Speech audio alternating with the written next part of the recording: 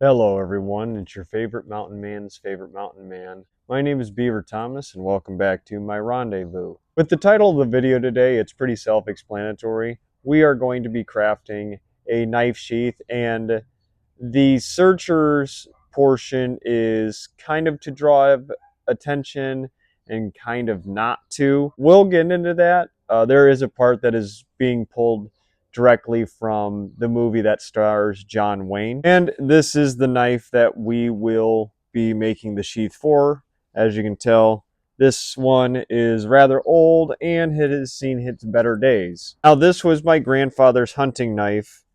You can see that it is a little bit older, but it is made of the forelimb of a white-tailed deer. There's the bone portion, then it goes into a piece that still has the fur on it. A little baking soda in there will do that trick just fine, but I figured that I should reunite it with the same species. This is cowhide.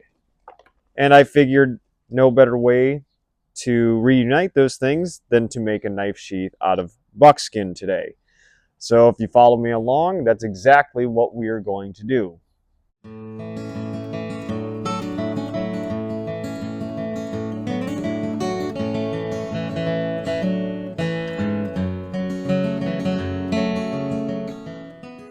Here's our scrap piece of buckskin right here.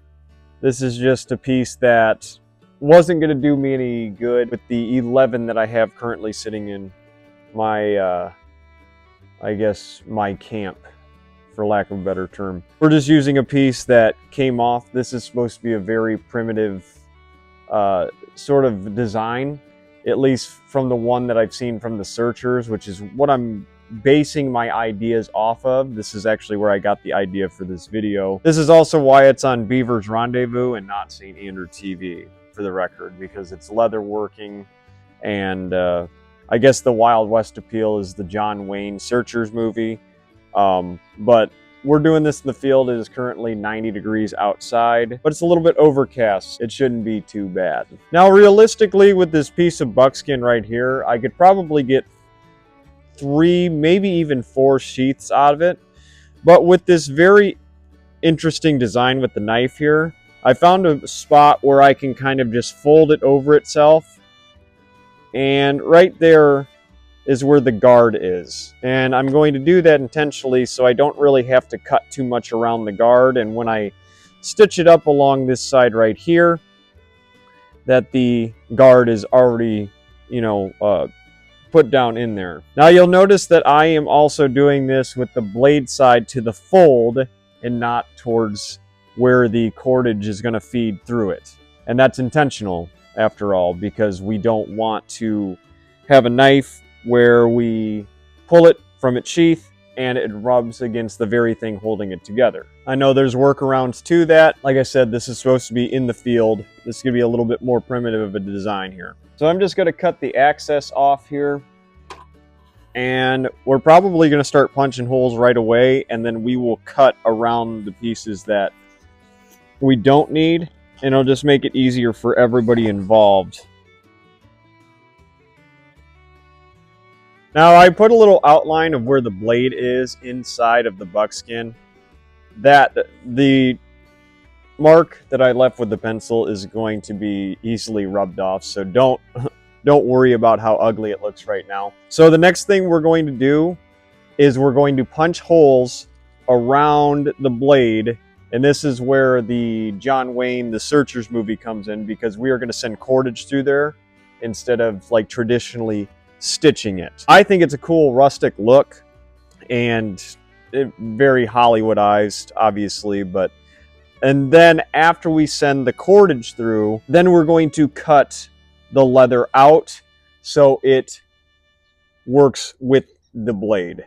So it looks, like it was manicured specifically for this blade. One thing before I start punching holes is this is going to be a little bit more rounded off over here, so I can just kind of come straight across with the cordage, and then we'll work into, kind of tapering it to the blade itself.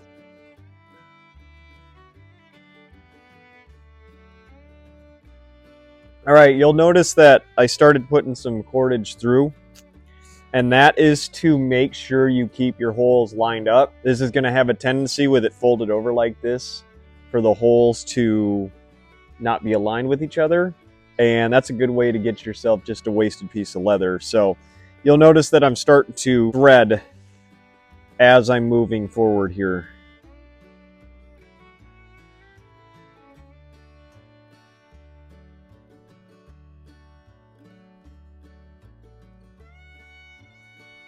You notice that I started my fringe because I'm having trouble working through all of this leather to start punching holes. This should give me some more clearance to fish my hole punch through here. Oh, you know what, Andrew, you fucking idiot. Go from the other side. So if you have problems fishing your hole punch through there, you could cut it if you want. I don't suggest doing that portion. However, you could do it something along the lines of like punch holes on the top part, as long as you have your stencil out here where you can see where your blade's going. And then just take a pencil like this and just put little marks on the inside, and you'll line up your holes just fine. This is the point where I also want to start threading the cordage through, because this is going to give us our shape, and that way we can start cutting all the excess off.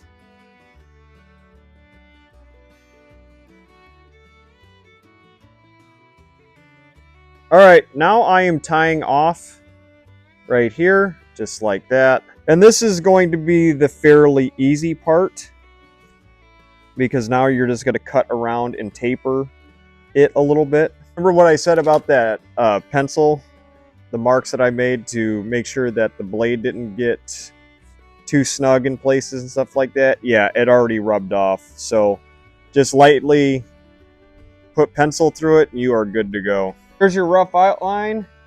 Let's put our blade in there. Look at that. Got to clean up the edges here. Look at that. How cool is that? Like I told you, I wanted to do fringe on this because it makes it a little bit more water resistant. But to ensure that I don't cut into any part that I need, I am going to cheat a little bit and use some scissors and cut all the way up to my line here. Deduct points if you want.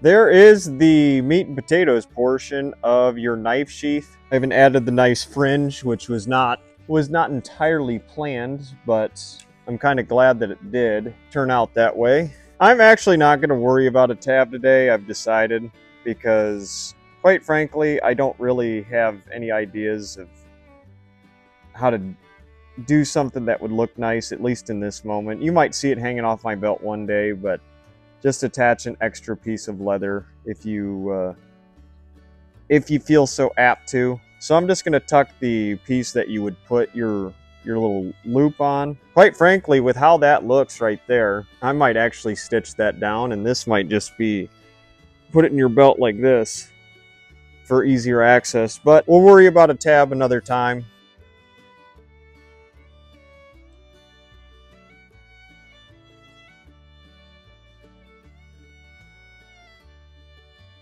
Other than that, that's going to sum up today's video. That is your very own knife sheath, a very primitive one at that. It's time consuming, however, it's not as difficult as this pattern makes out. You just need a little extra material if you do want to do the fringe, but that's not necessary. It was inspired a little bit by the Searchers sheath that you see John Wayne wear in the movie, but I kind of went kind of threw a curveball out there because I kind of did my own thing and tried to make it a little bit more reminiscent of what you'd expect to see on this channel. I appreciate everyone stopping by the Rendezvous today for a little arts and crafts session with your old pal Beaver Thomas. Subscribe or don't, I'm not your dad. Keep your powder dry, and I will see you in the next one.